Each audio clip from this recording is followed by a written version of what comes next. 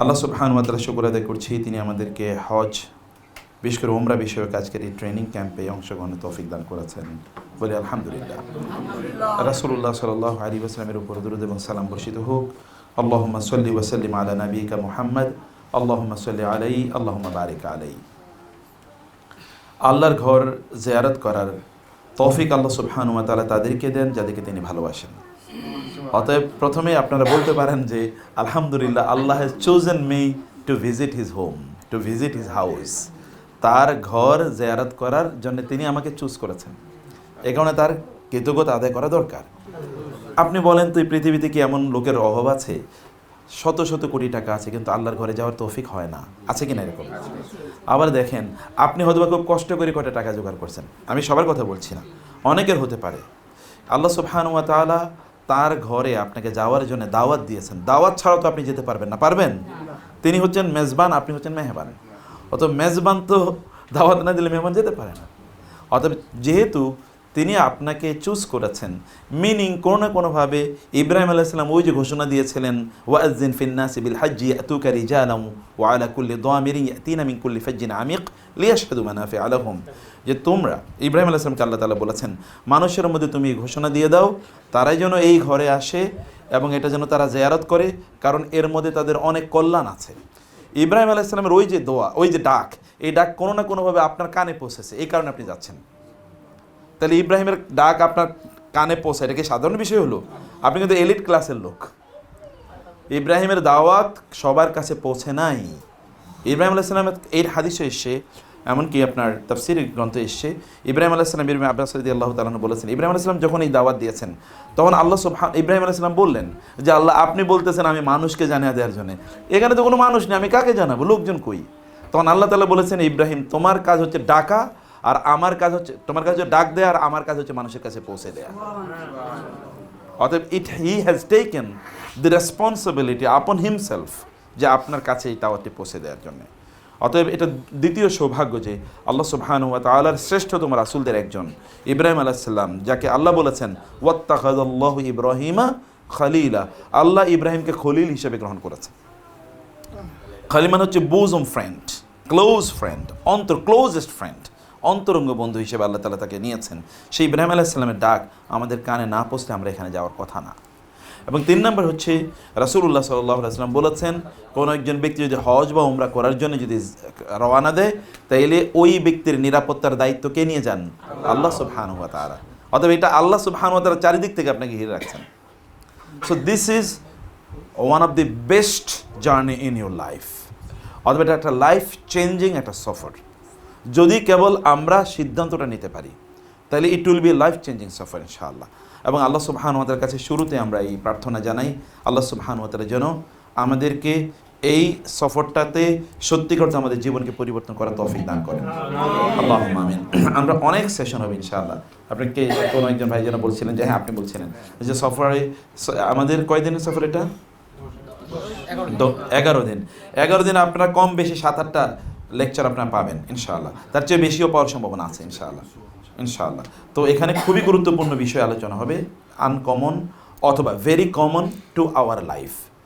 সব কমন জিনিসই কি কমন না, কমনই তো আনকমন বেসিক্যালি। কমন জিনিস আমাদের কি, আমাদের খুবই জরুরি, সেই বিষয়গুলো আমরা হয়তো আলোচনা করবো ইনশাআল্লাহ। আমি স্লাইড দেখে আলোচনা করতে খুব অপ্রস্তুত বা অনভ্যস্ত ফিল করি, যদিও বিশ্ববিদ্যালয়ে আজীবন স্লাইড দেখাইছি, কিন্তু স্লাইড দেখালে লোক যে দৃষ্টি যায় কোথায়? স্লাইডের দিকে। এই কারণে ওইটাকে আমি অ্যাভয়েড করি। এখন দেখি যে আমগো শফিক ভাই তো স্লাইড দেখানোর জন্য বারবার উদ্বুদ্ধ করি, এই কারণে একটা স্লাইড নিয়ে আসি। Otherwise usual I don't look at the slides. এবার আপনারা আমার দিকে তাকান, স্লাইড বন্ধ থাকুক কাইন্ডলি। 1 নম্বর কথা হচ্ছে যে আমরা কেন আমরা করতে যাচ্ছি, এই সিদ্ধান্ত আমাদের নিশ্চিত আছে কিনা বলেন? কেন আমরা করতে যাচ্ছি বলেন তো? আল্লাহ সন্তুষ্টির জন্য, এটা অন্তত মাথায় রাখেন। আল্লাহর সন্তুষ্টির জন্য যদি যাচ্ছেন, যদি আপনি এতটুকু করতে পারেন তাহলে বাকিটা আল্লাহর দায়িত্ব। আল্লাহ সুবহানাহু ওয়া তাআলা কাজটা আপনার জন্য সহজ করে দেয়ার। আল্লাহ সুবহানাহু ওয়া তাআলা পরবর্তীতে এই কাজটা আপনার কাছ থেকে কবুল করবেন, এই ইস্যুটা পরে আল্লাহ সুবহানাহু ওয়া তাআলা নিজে নিয়ে নেন। দেখেন ইব্রাহিম আলাইহিস সালাম এবং তার ছেলে বাইতুল্লাহ নির্মাণ করেছেন, বাপ এবং ছেলে মিলে। আচ্ছা, বাপ এবং ছেলে মিলে বাইতুল্লাহ নির্মাণ করছেন, যেখানে 1 রাকাত নামাজ পড়লে 1 লক্ষ রাকাতের সওয়াব পাওয়া যায়। এটা নির্মাণ করার পর তাদের খুবই খুশি হওয়ার কথা ছিল না, যা অনেক বড় কিছু একটা করে ফেলছি, কিন্তু তা করেন নাই। তারা বাইতুল্লাহ নির্মাণ করার পরেই বাপ এবং ছেলে আল্লাহ সুবহানাহু ওয়া তাআলার কাছে দোয়া করে বলেন, রব্বানা তাকাব্বাল মিন্না ইন্নাকা আনতাস সামিউল আলিম। অতএব অনেক বড় ইবাদত করলেই যে আমি অনেক কিছু করে ফেলেছি, নট নেসেসারিলি। অনেক কিছু করে ফেলে নট নেসেসারিলি। আপনি যে কাজটি করেছেন এটা আল্লাহ কবুল করবেন কিনা সেটা হচ্ছে মৌলিক বিষয়। ওয়াকাদিমনা ইলা মা আমিলু মিন আমালিন ফাজআলনাহু হাবাআন মানসুরা। একদল লোক আছে, তাদের আমলের দিকে আমি তাকিয়ে দেখি এই আমলগুলো কবুল করার মতো না, অতএব ওই আমলগুলো আমি কবুল করি না, বরং এগুলো ধুলার মতো আমি উড়িয়ে দেই। আল্লাহ তাআলা বলছেন সূরাতুল ফুরকান। সে কারণে ইবাদত যেন আল্লাহ তাআলা কবুল করেন না, এই জায়গায় আমাদের অনেক বেশি আগ্রহী থাকা উচিত, যেন আল্লাহ তাআলা আমাদের ইবাদতটাকে কবুল করে নেন। অনেক বেশি দোয়া করতে হয়, প্রার্থনা জানাতে হয়। আর দোয়া ও মুখুল ইবাদা, দোয়ার চেয়ে উত্তম কোনো ইবাদত নাই। দোয়াই সবচেয়ে বড় ইবাদত। আল্লাহর কাছে চাওয়া এটা একটা স্বতন্ত্র ইবাদত। আপনি যদি মনে করেন আমার প্রয়োজন হলে আল্লাহর কাছে চাইবো, তাহলে ইউ আর মিস্টেকেন। আল্লাহর কাছে প্রয়োজনের জন্য চাওয়ার দরকার নাই, প্রয়োজন নাই। আল্লাহ সুবহানাহু ওয়া তাআলা যে আপনাকে অক্সিজেন দিচ্ছেন, এটা কি আপনি আল্লাহর কাছে চাইছেন কোনোদিন? আল্লাহ সুবহানাহু ওয়া তাআলা যে সূর্যের আলো আপনাকে দিচ্ছেন, কোনোদিন চেয়েছেন? আমার শরীরের বিভিন্ন অর্গানগুলো যে ফাংশন করে, এই কারণে আমি আল্লাহকে কবে বলছি আল্লাহ যেন চোখে ভালো দেখি, আল্লাহ যেন মুখে ভালো বলি, আল্লাহ যেন কানে ভালো শুনি, আল্লাহ যেন কিডনি ফাংশন ওয়েল, আল্লাহ যেন আমার হার্ট বিটস ওয়েল। আমি কোনোদিনই কথা বলিনি আল্লাহকে, but everything is on its own course of action অথবা কোর্স অফ রানিং। যা যেভাবে চলার দরকার সব সেভাবে চলছে। অথবা আল্লাহ সুবহানাহু ওয়া তাআলা তিনি প্রত্যেকটা জিনিস তিনি আমার জন্যে করছেন, তিনি জানেন আমার প্রয়োজন কি এবং তিনি প্রয়োজন মিটিয়ে দিচ্ছেন, এবং এটার জন্যে মুসলমান হওয়ার প্রয়োজন নাই। নাকি আল্লাহ তাআলা কি কেবলমাত্র মুসলমানদেরকে অক্সিজেন দেন, কাফেরদেরকে দেন না? অতএব basic things are provided to everyone irrespective of their religious belief. কারো জন্য এটা কম বেশি, আপনার অক্সিজেন একটু তুলনামূলক বেশি, কাফের অক্সিজেন একটু কম, ব্যাপারটা কিন্তু এরকম না। তার হার্টবিট একটু মানে আপনার সঠিক মাত্রায় আছে, আপনারটা একটু বেশি, beating fast or beating slow, এরকম কোনো কিছু না। সব কিছুই সবার জন্যে, যেই বেসিক ফ্যাসিলিটি সবার জন্য আল্লাহ সুবহানাহু ওয়া তাআলা সমান করে দিয়েছেন। তাইলে আমরা কেবলমাত্র প্রয়োজন হলে আল্লাহর কাছে চাইবো, নট নেসেসারিলি। কারণ চাওয়াটা, আল্লাহর কাছে চাওয়াটা একটা স্বতন্ত্র ইবাদত, এর চেয়ে বড় ইবাদত নাই। আপনি যদি আল্লাহকে বলেন, হে আল্লাহ তুমি আমার এটা প্রদান করো অথবা ওই সমস্যার সমাধান করো, it does mean that you are submitting to আল্লাহ। এটা বোঝায় যে আপনি আল্লাহর কাছে আত্মসমর্পণ করেছেন। আর আত্মসমর্পণই তো বড় জিনিস, তাই না? আল্লাহর কাছে কি করা? আত্মসমর্পণ করা। আত্মসমর্পণ করা মানে কি? আল্লাহ আমাকে, আপনি আমার নিয়ন্ত্রক, আপনি আমার সৃষ্টিকর্তা, আপনার কাছে আমি ফিরে যাই, আপনি আমার সকল সমস্যার সমাধানকারী, এগুলো সব বলা। এই অনুভূতি অন্তরে লালন করাটাই হচ্ছে শ্রেষ্ঠতম ঈমান। এবং আল্লাহ তাআলা এই কথা বলেছেন, ওয়ালা তামুতুন্না ইল্লা ওয়া আনতুম মুসলিমুন, তোমরা মুসলিম না হয়ে মারা যেও না। উদখুলু ফিস সিলমি কাফা, তোমরা পরিপূর্ণভাবে ইসলামে প্রবেশ করো, পার্শিয়াল না, যে আমি কিছু মুসলমান কিছু কি অন্য কিছু গায়রে মুসলিম, এরকম না, বরং আমি পরিপূর্ণভাবে মুসলমান, পরিপূর্ণভাবে মুসলিম, পরিপূর্ণভাবে আল্লাহর কাছে আত্মসমর্পণকারী। মানে হচ্ছে আমার গোটা জীবনের সকল কাজ, ইন্না সলাতি ওয়া নুসুকি ওয়া মাহইয়ায়া ওয়া মামাতি লিল্লাহি রাব্বিল আলামিন লা শারীকা লাহু ওয়া বিযালিকা উমিরতু ওয়া আনা আউয়ালুল মুসলিমিন। নবী রাসূলুল্লাহ বলতেন, I am the first one submitting to আল্লাহ, আমি হচ্ছে প্রথম আল্লাহর কাছে আত্মসমর্পণকারী। আমরা কি প্রথম না শেষ? দেখবেন নবী রাসূল কিন্তু সবাই বলেছেন, ওয়া আনা আউয়ালুল মুসলিমিন ওয়া আনা আউয়ালুল আবিদিন। কোরআনে এই কথা আছে যে আমি হচ্ছে আল্লাহর কাছে ফিরে আসি এই লোকদের মধ্যে প্রথম, এক নম্বরে আমি। নবী রাসূল এটা বলতেন। আর আমরা তো কোনো মতে যদি শেষের দিকে থাকতে পারি তাইলে মনে করি যে যাক বাইসা গেলাম। আমরা সব সময় কি লাস্ট বেঞ্চার, কিন্তু নবীরা ফার্স্ট বেঞ্চার থাকার পরেও তারা সব সময় কি আল্লাহর কাছে ভয়ে থাকতেন, আতঙ্কে থাকতেন, প্রার্থনারত থাকতেন প্রতি মুহূর্তে। সে কারণে প্রার্থনা করা, দোয়া করা, চাওয়া আল্লাহর কাছে, বোনের ভালো করে শুনবেন, সব জায়গায় আল্লাহকে বলবেন, সব কিছু। এমন কোনো কিছু নাই যেটার কথা আল্লাহকে বলবেন না। ভাইয়েরা শুনুন, এমনকি সাহাবীরা তাদের জুতা যদি ছিঁড়ে যেত তাহলে কাকে বলতেন? আল্লাহকে বলতেন। জুতা ছিঁড়ে গেলে আল্লাহকে বলা, ক্যান ইউ ইমাজিন ইট? এখন আপনি বলবেন যে জুতা ছিঁড়ে গেলে আল্লাহকে বলার মানে কি? যেমন ধরেন আমার ব্যক্তিগত জীবনের গল্প, মানে আমি অন্য জায়গায় বলেছি এই কথা। আমার একবার একটা জায়গায় একটা প্রোগ্রাম ছিল, ওইখানে আমার সকাল 8টায় হলো মিটিং, কিন্তু আমি যে জুতা পরে গেছি ভুলে, জুতা দেখতে খুবই খারাপ। এখন আমি করবো কি? আমি বললাম আল্লাহ জুতা তো দেখতে খারাপ, উপায় কি? তুমি একটা উপায় বাইর করে দাও। তার মানে জুতাকে পলিশ করতে হবে। সকালবেলা 8টায় পলিশের লোকেরা আসে, এটার জীবনে কোনোদিন হতে পারে না। টেকনিক্যাল লোকেরা এরা সাধারণত কি 9টা 10টা 11টা 12টা এরা আসে। টেকনিক্যাল লোকেরা আগে কোনোদিন এরা আসে না।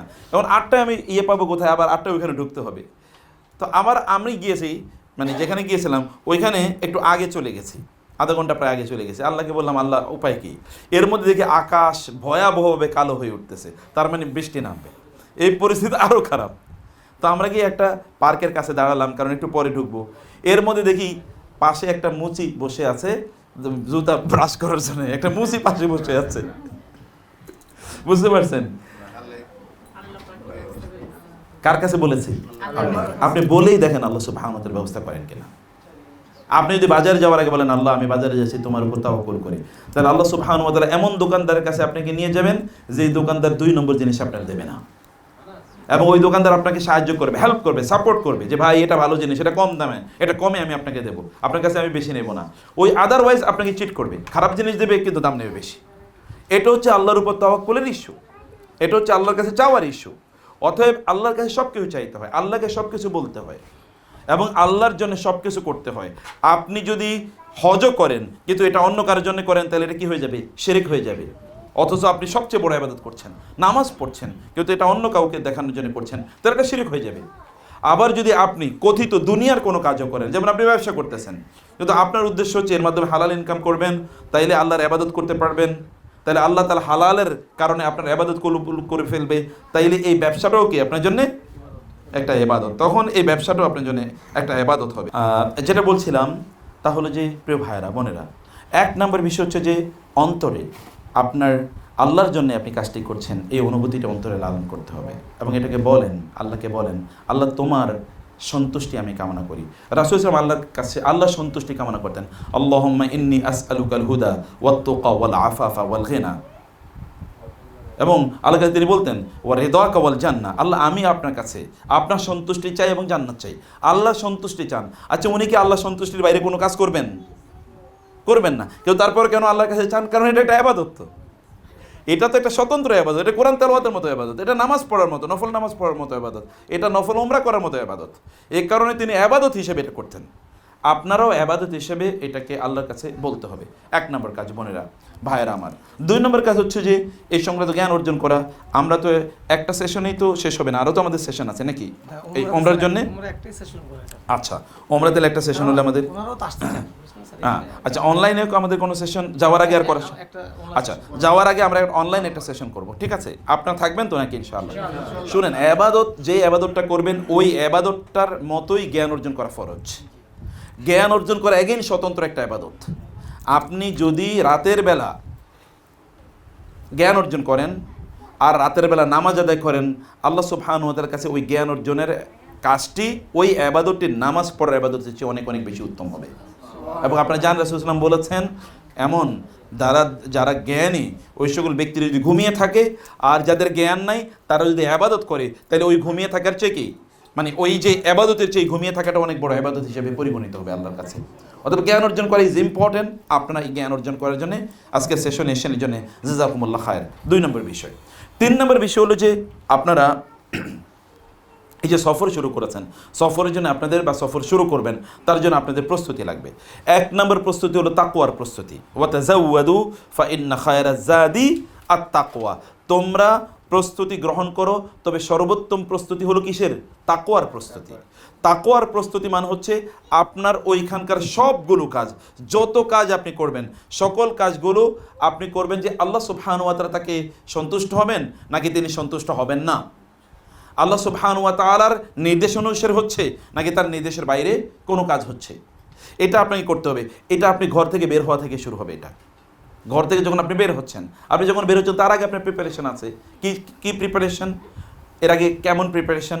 যেমন ধরেন আপনার আত্মীয়স্বজনকে আপনি ডাকলেন, আপনার পরিবার পরিজনকে আপনি ডাকলেন, আপনার সন্তানদেরকে ডাকলেন, স্বামী বা স্ত্রীকে ডাকলেন, বাবা মাকে ডাকলেন, তাদেরকে কিছু নাসিহা করলেন যে আমি এই উদ্দেশ্যে যাচ্ছি, আমি এই কাজটা করতে যাচ্ছি, আমার অনুপস্থিতিতে তোমরা দিনের উপর থেকো, তোমরা দিন প্র্যাকটিস করো। এই কথাগুলো তাদেরকে বলা। আপনারা ধরেন আপনারা মানে স্বামী স্ত্রী অথবা ধরেন উমরা যাচ্ছেন, বাচ্চারা থাকতেছে, বাচ্চারা সারাদিন ভিডিও গেমস খেলতেছে, তা আপনার এই উমরা দিয়ে কী হবে? আপনার সারাদিন ওরা ভিডিও গেমস খেলছে অথবা ওরা সিনেমা দেখছে বসে বসে, তাহলে কি হলো? ওদেরকে নাসিহা করা দিস ভেরি ইম্পর্ট্যান্ট, তাদেরকে তারবিয়া দেয়া ইজ ভেরি ইম্পর্টেন্ট, তাদেরকে দিনের উপর রাখা ইজ ভেরি ইম্পর্টেন্ট। এগুলো অনেক অনেক গুরুত্বপূর্ণ কাজ, যেন আপনার অনুপস্থিতিতে ওরা যেন পথভ্রষ্ট না হয়ে যায়। মুসা আলাইহিস সালাতু ওয়াস সালাম তুর পাহাড়ে গেছেন আল্লাহর সাথে সাক্ষাৎ করার জন্য, এর মধ্যে বনি ইসরায়েল কি করছে বলেন তো? গরু পূজা শুরু করে দিয়েছে। উনি কি খারাপ কাজে গেছেন নাকি? অথচ এরা কিন্তু এই কিছুদিন আগেই ফেরাউনের অত্যাচার থেকে তাদের সামনে কত মুজিজা ঘটল মুসা আলাইহিস সালামের, কমপক্ষে 9টা শাস্তি আল্লাহ সুবহানাহু ওয়া তাআলা ফেরাউন এবং তার গোষ্ঠীকে দিয়েছেন। কখনো ব্যাং দিয়ে, কখনো উকুন দিয়ে, কখনো কি পঙ্গপাল দিয়ে, কখনো মানে প্লাবন দিয়ে, তুফান দিয়ে, আবার কখনো কখনো রক্ত দিয়ে, এরকম কত ঘটনা ঘটেছে। এরপরে সর্বশেষ তো ওদের সামনে দিয়েই লোহিত সাগর পার হয়ে কিভাবে আসছিলেন, লোহিত সাগর রাস্তা হয়ে গেল, সেখানে ফেরাউন নিমজ্জিত হলো। এই লোকগুলোই লোহিত সাগর পার হয়ে ওইখানে গিয়েই তারপরে মুসা আলাইহিস সালামকে আল্লাহ তাআলা তুর পাহাড়ে নিয়ে গেলেন, সেখানেই এই লোকগুলো কি করলো? এখানে মুসা আলাইহিস সালাম ওইখানে নাই 30 দিন, পরে আরো 10 দিন বাড়ানো হচ্ছে 40 দিন, এর মধ্যে তারা মূর্তি পূজা শুরু করে দিয়েছে। এবং তাদেরকে বলা হলো যে তোমরা এই কাজ কেন করেছো? বলে সামিরি আমাদেরকে এই কাজ করতে করে উদ্বুদ্ধ করেছে। সামিরিকে ডাকা হলো, সামিরি তুমি এটা কেন করেছো? সামিরি তখন জাস্টিফিকেশন দিচ্ছে, আমি এরকম এরকম এই কারণে এই কাজ করেছি। নবীর অনুপস্থিতি যদি লোকের এরকম মানে হয়ে যেতে পারে, তাহলে আমাদের অনুপস্থিতিতে আমাদের সন্তানদের এরকম সমস্যা হয়ে যেতে পারে। সে কারণে তাদেরকে নাসিহা করতে হয়। এখন থেকে নাসিহার মধ্যে রাখবেন, বাবা আমি থাকবো না, মা আমি থাকবো না, বাচ্চাদেরকে বলবেন, আদর করে বলবেন এগুলো যে আমি থাকবো না, তোমাদের আমার অনুপস্থিতিতে বা আমাদের অনুপস্থিতিতে তোমরা কোনো অবস্থায় দিন থেকে বিচ্যুত হয়ে যেও না। দিনের মধ্যে থাকার জন্য কী কী কাজ, এগুলো তাদেরকে বলে যেতে হবে। আর ভাইয়েরা যারা আছেন, যারা যাবেন, আপনাদের অনুপস্থিতিতে আপনাদের বোনের, আপনাদের স্ত্রীরা বা সন্তানরা তারা যেন কোনো সাফারিং ফিল না করে, যেমন তাদেরকে যেন বাজারে না যেতে হয়, কমপক্ষে এটা নিশ্চিত করে যান। এগুলো সব আপনি নিশ্চিত করে যাবেন। এমন কিছু কাজের কথা বলছি, মানুষের লোন থাকলে if you have the ability to repay the loan, তাহলে এটা লোনটা পে করে যান। মানুষের দেনা পাওনা থাকলে এগুলো পে করে যান। এটা আপনার কাজটা কবুল হওয়ার জন্য সহায়ক হবে। মানুষ যেন এই কথা না বলে উনি ওইখানে গেছে আর আমরা তো ওনার কাছে টাকা পাবো, এই কথা যেন মানুষ না বলে। এটাকে রিপে করে যাওয়ার যতটুকু সম্ভব, অথবা এখন না করতে পারেন কিন্তু ইউ হ্যাভ দি ইন্টেনশন, আপনার সিদ্ধান্ত আছে, নিয়ত আছে, আপনি যখন ফিরে আসবেন তখন আপনি এটা পে করবেন। এই কাজগুলো প্রাথমিক কাজ করা দরকার। তারপরে আপনার সফরটা আপনি শুরু করবেন। সফর শুরুতে সফরের অনেক ধরনের দোয়া আছে, এগুলো তো আপনি জানেন। এই দোয়াগুলো আপনাকে যদি মুখস্থ না থাকে তাহলে আমরা তো দোয়ার বই দিয়ে দিচ্ছি, এই দোয়ার বইতে আপনারা পাবেন। দোয়ার বই নিয়ে ওই দোয়াগুলো করে আপনাদের কাজগুলো শুরু করবেন। বিসমিল্লাহি তাওয়াক্কালতু আলাল্লাহি ওয়ালা হাওলা ওয়ালা কুওয়াতা ইল্লা বিল্লাহ। আল্লাহুম্মা ইন্নী আউযু বিকা আন আযিল্লা আও উযাল্লা আও আযিল্লা আও উযাল্লা আও আযলিমা আও উযলামা আও আজহালা আও ইউহালা আলাইহি। এই দোয়া যদি আপনি পড়েন তাইলে আপনার পুরা সফর জুড়ে you will be protected by আল্লাহ। আল্লাহ সুবহানাহু ওয়া তাআলার প্রোটেকশনের উপর আপনি থাকবেন। আল্লাহর উপর আপনি সব ছেড়ে দেন না। বুদ্ধিমান মানুষরা আল্লাহর উপর ছেড়ে দেয়, আর যারা নির্বুদ্ধি এরা সব নিজের উপর চাপিয়ে নেয়। বুদ্ধিমান যে সে আল্লাহর উপর ছেড়ে দেয়, তুমি আমার হাসবুনাল্লাহু ওয়া নি'মাল ওয়াকিল, নি'মাল মাওলা ওয়া নি'মান নাসির। রাসূলুল্লাহ সাল্লাল্লাহু আলাইহি ওয়াসাল্লাম কি করলেন? বদরের যুদ্ধে তিনি গিয়েছেন। বদরের যুদ্ধে কি অসম একটা যুদ্ধ, এখানে মাত্র 313 জন প্লাস, এবং কোনো অস্ত্র বলতে এরকম উল্লেখযোগ্য কিছু নাই। আর বিপরীতে ওরা 1000 well trend up, well equipped, arms and weapons সব কিছু আছে, খুবই শক্তিশালী লোকেরা। ওইখানে গিয়ে রাসূলুল্লাহ বললেন, আল্লাহ এই যুদ্ধে আমার পক্ষে বিজয় করা সম্ভব না, কাজ তোমার, আমি আসছি তোমার দায়িত্ব পালন করার জন্য। তুমি যদি ইনতুহলিক হাযিল ইসাবা লা তুহলাক ফিল আরদি আবাদা, আল্লাহ এই ছোট একটা বাহিনী নিয়ে আসছি, এরাও যদি আজকে ধ্বংস হয়ে যায় তাহলে তোমার ইবাদত করার মতো আর কেউ থাকবে না, অতএব তোমার দায়িত্ব গ্রুপকে বাঁচানো। এই কথা বলে তিনি যুদ্ধের মধ্যে চলে গেলেন। বাকি the rest is the story, is the history. পরেরটা কিন্তু আমাদের কাছে ঘটনা, কীভাবে আল্লাহ সুবহানাহু ওয়া তাআলাকে রক্ষা করলেন। সে কারণে আপনার এবং আমাদের কাজ হচ্ছে আল্লাহর উপর তাওয়াক্কুল করা, আল্লাহকে বলা যে আল্লাহ আমি এইভাবে তোমার উপর তাওয়াক্কুল করে আমি আমার সফরটা শুরু করতে চাই। এই সফরের আগে আপনারা অনেকের প্রশ্ন থাকে যে আমরা এহরাম এর কাপড় আমরা কোত্থেকে পরবো, মানে এহরাম আমরা বাঁধবো কোত্থেকে। বেসিক্যালি এহরাম বাঁধার ইস্যু হচ্ছে মিকাত থেকে। বেসিক্যালি কোত্থেকে বাঁধার ইস্যু? মিকাত থেকে। আমি আপনাদেরকে অনুরোধ করবো যে আপনারা দুটো কাজ করবেন।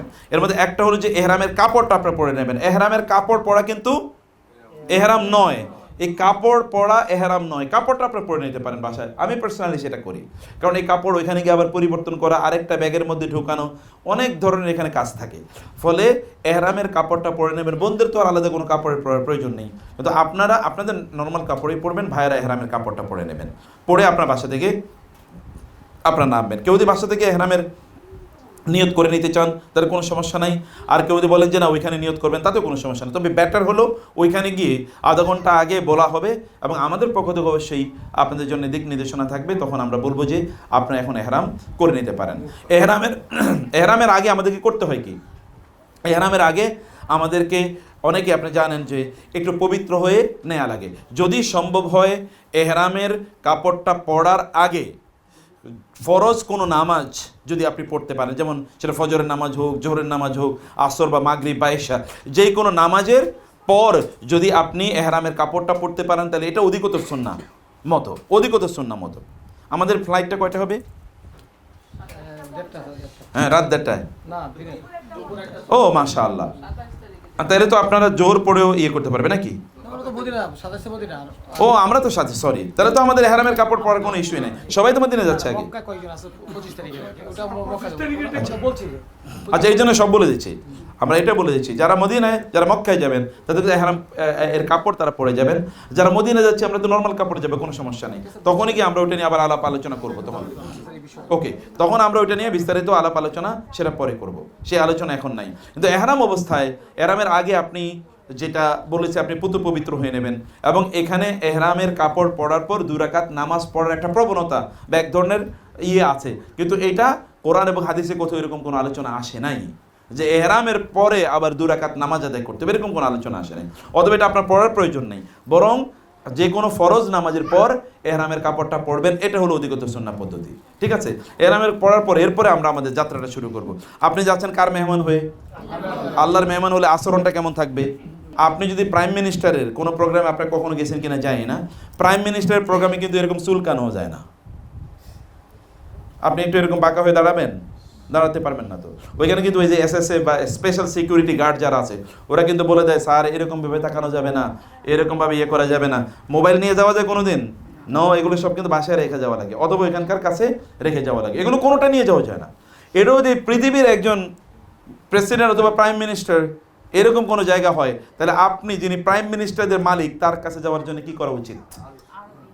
আরও অনেক বেশি বিনয়ী, আরও অনেক বেশি আন্তরিক, অথবা আরও অনেক বেশি নম্র, অনেক বেশি আদব এবং আখলাকপূর্ণ হওয়া দরকার। সে কারণে এখান থেকে যখন আমরা বের হচ্ছি, আমাদের প্রত্যেকটা কথা, প্রত্যেকটা কাজ, প্রত্যেকটা আচরণ, প্রত্যেকটা চাহনি, এগুলো যেন সবই ওই ধাঁচে যেন থাকে যে আল্লাহর মেহমান হিসেবে আমাদের যা করণীয়, আল্লাহর মেহমান হিসেবে আমার সাথে যা যায়, এইভাবে যেন আমরা কাজ করি। এটা কিন্তু শুরু হচ্ছে আপনার একেবারে ঘর থেকে যখন আপনি নামছেন। আচ্ছা, আপনি ঘর থেকে গাড়িতে কোন পা দিয়ে উঠবেন বলেন? ডান পা দিয়ে। এটা মনে রাখা দরকার যে ডান পা দিয়ে আপনি গাড়িতে উঠছেন। গাড়িতে ওঠার একটা দোয়া আছে না, সেই দোয়াটা পড়লেন। গাড়ি থেকে যখন নামবেন তখন গাড়ি থেকে নামবেন বাম পা দিয়ে, কারণটা কি? আপনি কি মসজিদ থেকে নামতেছেন নাকি?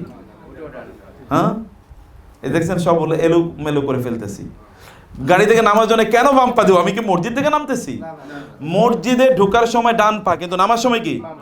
আর টয়লেটে ঢোকার সময় আর নামার সময় বের হওয়ার সময় বাম পা, কিন্তু ডান পা। কিন্তু গাড়িতে নামার সময় বাম পা এরকম না। আপনি এরকম না যে আমি পবিত্র জায়গা থেকে আবার অপবিত্র জায়গায় নামলাম।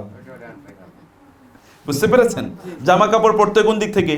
ডান পা থেকে। জুতা পরতে হয় কোন দিক থেকে? খুলতে হয় কোন দিক থেকে? জুতা খুলতে হয় কোন দিক দিয়ে? বাম পা দিয়ে জুতা খোলা লাগে। জুতা খোলা লাগে কোন পা দিয়ে? বাম পা থেকে। জামা কাপড় পরতে হয় ডান পা, খুলতে হয় কোন পা দিয়ে? বাম পা দিয়ে। এটা আপনাকে এরকম কিছু কাজ আপনি মাথায় রাখবেন। শুনেন, সুন্নাহ আপনি মনে করছেন এটা সুন্নতই তো, আপনি মনে করছেন এটা সুন্নতই তো। সুন্নতকে আপনি ছোট করে দেখতেছেন কেন? একটা সুন্নতের কারণে আল্লাহ সুবহানাহু ওয়া তাআলা কি একজন ব্যক্তিকে ক্ষমা করে দিতে পারেন না? আপনারা তো জানেন, ওই যে এক লোক 99 জনকে হত্যা করেছিল, এরপরে সে গিয়েছে একজন মানুষের কাছে, কোনো একজন ভালো আলেম, যে আলেম তাকে বলবে যে আমি একটু মানে তওবা করতে চাই। কিন্তু ওই আলেম বলছে না, তুমি 99 জন মানুষের হত্যা করেছো, তোমার আবার তওবা কিসের? উনি বলছে তাহলে তোমারও মেরে ফেলামো, যদি তওবাই না হয়। তারও মেরে ফেলছে, মেরে এবার সে যাচ্ছে। কেউ একজন বলছে যে ওই এলাকায় একজন ভালো আলেম আছে, তার কাছে গেলে আপনি ভালো পরামর্শ পাবেন। তিনি ওই দিকে যাচ্ছিলেন, প্রতিমধ্যে গেছেন মারা। এবার ফেরেশতারা ঝগড়া করতেছে কি জান্নাতি না জাহান্নামী। সহিহ হাদিস, ফেরেশতারা ঝগড়া করছে কি জান্নাতি না জাহান্নামী। আল্লাহ তাআলা বললেন তোমরা মেপে দেখো তিনি যে অঞ্চলে যাচ্ছেন সে অঞ্চলের দিকে বেশি এগিয়ে গিয়েছেন, নাকি যে অঞ্চলে ছিলেন ওই অঞ্চলে কি তিনি বেশি আছেন। ফেরেশতারা মেপে দেখলো যে অঞ্চলের দিকে যাচ্ছে তুলনামূলক ওই দিকে একটু বেশি এগিয়ে আছে। আল্লাহ তাআলা বলেন তাহলে লোকটা জান্নাতি, একটু এগিয়ে আছে। দেখেন তো, তাও দুনিয়ার মাপ, একটু হাইটে একটু বেশি এগিয়ে গেছে। এতটুকু আল্লাহ সুবহানাহু ওয়া তাআলা দেখেন। অতএব এটাকে আপনি ইগনোর করবেন না। আপনি ইগনোর করতেছেন তার মানে আল্লাহকে আপনি ছোট মনে করছেন, এটা মনে করার কোনো কারণ নেই। যতটুকু সুন্নাহ শুনছেন ততটুকু আঁকড়ে ধরুন। সুন্নাহ হচ্ছে লাইফস্টাইল। সুন্নাহ হচ্ছে কি লাইফস্টাইল। আপনি যাচ্ছেন ধরেন এয়ারপোর্টে যাচ্ছেন, এয়ারপোর্ট থেকে আপনার আচরণ শুরু হবে। প্রাধান্য দেবেন ওয়ায়ুসিরুনা আলা আনফুসিহিম ওয়ালাউ কানা বিহিম খাসাসা। মুসলমানদের মধ্যে ইসারের কালচার লাগে। ইসার মানে হচ্ছে প্রেফারেন্স, প্রায়োরিটি। অন্য মুসলমান ভাইকে আপনি প্রায়োরিটি প্রদান করবেন, তাহলে আল্লাহ তাআলা আপনাকে প্রায়োরিটি প্রদান করবেন। অন্য মুসলিম ভাইকে কি করবেন? প্রায়োরিটি দেবেন। আপনি তাহলে আল্লাহ তাআলা আপনাকে প্রায়োরিটি দেবেন। হঠাৎ করে আপনি কি করলেন, একজন লাইন আছে, লাইন থেকে আপনি একটু সামনে চলে গেলেন, আপনি ওইখানে, তারপরে ভাই আপনি কেন গেলেন সামনে? ভাই গেলাম আর কি, এমনি না, আপনি যাওয়া ঠিক হয় নাই। আপনি এত বেশি কথা বলেন কেন? ওমরা কিন্তু অলরেডি বাংলাদেশে শেষ, আর যাওয়ার প্রয়োজন নাই, সালাম আলাইকুম, চলে আসেন বাসায়। ঝগড়া বিবাদ আপনি করছেন, অবশ্য আপনার কথা ছিল প্রায়োরিটি দেয়া। সাহাবায়ে কেরামরা কি করতেন? আপনারা জানেন ওই বিখ্যাত হাদিসটি, রাসূল সাল্লাল্লাহু আলাইহি ওয়াসাল্লামের কাছে একজন মেহমান এসেছে। রাসূল বলেন আমার মেহমান কে নেবে? একজন সাহাবী বলেন আমি নিয়ে যাব। বাসায় নিয়ে তার স্ত্রীকে বলেন খাবার আছে কি? বলে খাবার তো কিছু নেই, কিছু খাবার আছে আপনার এবং আমার জন্য, বাচ্চাদেরকে মিলে খাবো। একজনের খাবার আছে, একজনের। বলে তাহলে বাচ্চাদেরকে ঘুম পাড়ায় দাও, আর তুমি কি করো, তুমি খাবারটা দাও, আমি মেহমানকে দিই। মেহমানকে খাবার দেওয়ার পরে এরপরে বললেন আমরা একটা কাজ করব, যখন মেহমানকে খাবার দেওয়া হবে তখন আমরা লাইটটা অফ করে দেব, আর আমাদের যে হাঁড়ি পাতিলগুলো আছে এগুলোকে টুং টুং টুং টুং করে আমরা আওয়াজ করতে থাকবো, যেন মেহমানরা বুঝে আমরা খাচ্ছি। তো মেহমান তো খেয়ে তিনি ঘুমিয়ে পড়েছেন। ফজর নামাজের পর রাসূল বলেন ওই অমুক কই? বলেন আমি আসি ইয়া রাসূলুল্লাহ। আরে তোমার এবং তোমার স্ত্রীর গতকালকার কাণ্ড কাহিনী দেখে তো আল্লাহ তাআলা হেসে দিয়েছেন। কি কাণ্ড কাহিনী? ওই যে মেহমানরা খাওয়ানোর জন্য কি করছে, একটু অভিনয় করেছে। এই অভিনয়টা আল্লাহর কাছে এত পছন্দ হয়েছে, আল্লাহ তাআলা এর জন্য কেঁদে দিয়েছেন, আল্লাহ তাআলা এর জন্য হেসে দিয়েছেন। আল্লাহ হাসা মানে কি? হোয়াট ডাজ ইট মিন? মানে ইউ আর কনফার্ম জান্নাতি। আল্লাহ আপনাকে দেখে হেসেছেন, মানে আল্লাহ is so pleased with you. এরপরে এই লোক আর কি, আর তার কিছু। এই জন্য যেমন বদরি সাহাবীদের ব্যাপারে রাসূল বলেছেন ইফআলু মা শিতুম ফাইনাল্লাহা ক্বাদ গাফারা লাকুম। বদরের যুদ্ধে অংশগ্রহণ করেছে, এই কারণে আল্লাহ তাআলা বলেছেন বদরের যুদ্ধে যেহেতু তোমরা অংশগ্রহণ করেছো, এরপরে তোমরা কি আমল করো এদিকে আল্লাহ তাকাবেনই না, কারণ জান্নাত অলরেডি ফরজ তোমাদের জন্য, অনলি বিকজ অফ দিস। অতএব আপনার জীবনে এমন কিছু ইভেন্ট থাকুক, একজনকে প্রায়োরিটি দেন না, আপনি তাকে প্রায়োরিটি দেন। আপনার একটু কষ্ট হলো, but you have done it for আল্লাহ। এটুকু করা দরকার। একটু সে প্লেনে একটু আগে উঠুক, একটু সুন্দর করে সে প্রয়োজন আগে বসুক, আপনি একবারে জানার পাশে বসবেন, ওইখানে ঝগড়া বিবাদ শুরু করে দিলেন। নো, কিছু স্যাক্রিফাইস করেন, ডু সামথিং ফর আল্লাহ। আল্লাহর জন্য কিছু করা দরকার। এটাই আল্লাহ সুবহানাহু ওয়া তাআলা লুক অ্যাট আওয়ার হার্টস। আল্লাহ অন্তরের দিকে তাকান, আল্লাহ অন্য কোনো দিকে তাকান। আল্লাহ সুবহানাহু চান যে আমাদের অন্তরে আমরা আসলে কি লালন করছি, কি প্রিভিলেজ লালন করছি। গোটা সফরটা জুড়ে অন্য মুসলমান ভাইকে প্রায়োরিটি দেয়া, তাকে সাহায্য করা, তাকে হেল্প করা। আপনি যাচ্ছেন ওইখানে আল্লাহর মেহমান হয়ে, অন্যরা কি আল্লাহর মেহমান না? বুঝেন নাকি? আপনার অন্যরা কি আল্লাহর মেহমান কিনা? সবাই তো আল্লাহর মেহমান। তাহলে আপনি যদি কাউকে সার্ভিস দেন, তাহলে কাকে সার্ভিস দিচ্ছেন? আল্লাহর মেহমানকে। আল্লাহর মেহমান, এটা তো আল্লাহ সুবহানাহু ওয়া তাআলা। মেহমানকে যদি আপনি খেদমত করেন, তাহলে খেদমত করলেন কার? আল্লাহ তাআলা। আপনার রুমে এরকম হতে পারে, আপনি টয়লেটে গিয়ে আপনি আধা ঘন্টা বসে থাকলেন, অন্যের জন্য আপনার কষ্টের কারণ হলো। আপনি চান্স খুঁজবেন যখন অন্যরা ঘুমিয়ে আছে, তাদের কোনো কষ্ট হবে না, তখন আপনি টয়লেটে ঢুকলেন। একটা এক্সাম্পল বলছি, জামা কাপড় এমন সময় আপনি ধুইলেন যখন কি তারা ধরেন হয়তো বা তারা ঘুমিয়ে আছে, অথবা তারা অন্য জায়গায় আছে, তাদের যেন কষ্ট না হয়, আপনার কারণে কোনো কষ্ট না হয়, এবং তাদের একটু খেদমত করা। কি খেদমত করা? আপনি ধরেন একটু ফল কিনে আসলেন, আপনি দুইটা একটু বেশি নিয়ে আসলেন, আপনি বাসা থেকে দেশ থেকে খাবার নিয়ে গিয়েছেন, এই খাবারটা অন্যের সাথে শেয়ার করলেন। এই শেয়ারিং এর কারণে, শুধু এতটুকু ইবাদতের কারণে, এতটুকু কাজের কারণে আল্লাহ তাআলা আপনার উমরাটা কবুল করে নিতে পারেন কি না?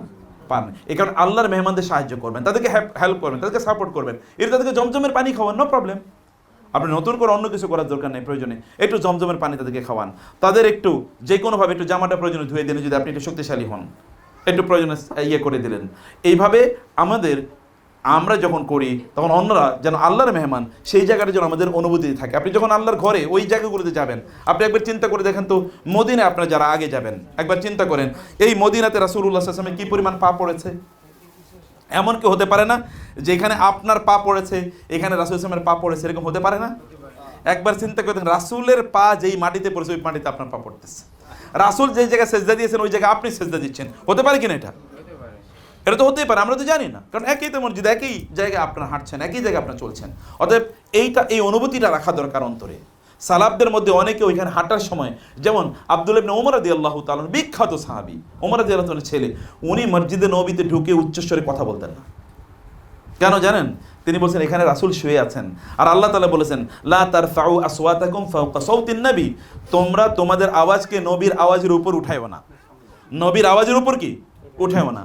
শুনেন প্লিজ, একজন সাহাবী এই সূরা যখন নাজিল হয়, এই আয়াত যখন, এটা সূরাতুল হুজরাত, এই আয়াত যখন নাজিল হয়েছে তখন একজন সাহাবী তিনি বাসায় চলে গেছেন। আয়াত নাজিল হয়েছে, উনি বাসায় চলে গেছেন এবং উনি আর মসজিদে আসেন না। আপনারা বসেন প্লিজ। হ্যাঁ, আপনারা শুনতেছেন কথা? একজন সাহাবী, যে আয়াতের কথা আমি বলছি, এই আয়াত নাজিল হলে একজন সাহাবী তিনি বাসায় চলে গেছেন, উনি আর মসজিদে আসতেছেন না। রাসূল বলেন কি রে, ওরে মসজিদে পাচ্ছি না কেন, সে কই?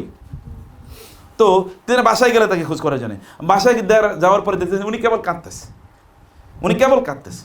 বলে তুমি মসজিদে যাচ্ছ না কারণ রাসূল তোমাকে মিস করছে, তোমাকে খবর নিচ্ছে। বলে না, আমি যেতে চাই না, আমার ভয় লাগতেছে, আমি ওইখানে গেলে যদি কোনোভাবে আমার আওয়াজটা যদি রাসূলের আওয়াজের উপর হয়ে যায় তাহলে তো আমার সকল আমল বরবাদ হয়ে যাবে, এই কারণে আমি ভয়ে এখন মসজিদে যাচ্ছি না। একটা মাত্র আয়াত। এবং আপনারা জানো আবু বকর রাদিয়াল্লাহু তাআলা কি করতেন? এরপরে তিনি যাওয়ার সময় মুখের মধ্যে ছোট ছোট পাথর তিনি নিয়ে যেতেন। মুখের মধ্যে ছোট ছোট পাথর, মুখে পাথর থাকলে আপনি কথা বলতে পারবেন? মুখে খাবার থাকলে কথা বলতে পারবেন? উনি মুখের মধ্যে পাথর ঢুকে রাখতেন। তো অন্যরা জিজ্ঞেস করলেন কেন পাথর ঢুকে রাখছেন? বলে মুখে পাথর থাকলেই তো আমি আর কথা বলবো না, রাসূলের সামনে কথা বললে যদি আওয়াজটা বড় হয়ে যায় তাহলে তো আমার সব ইবাদত বরবাদ হয়ে যাবে।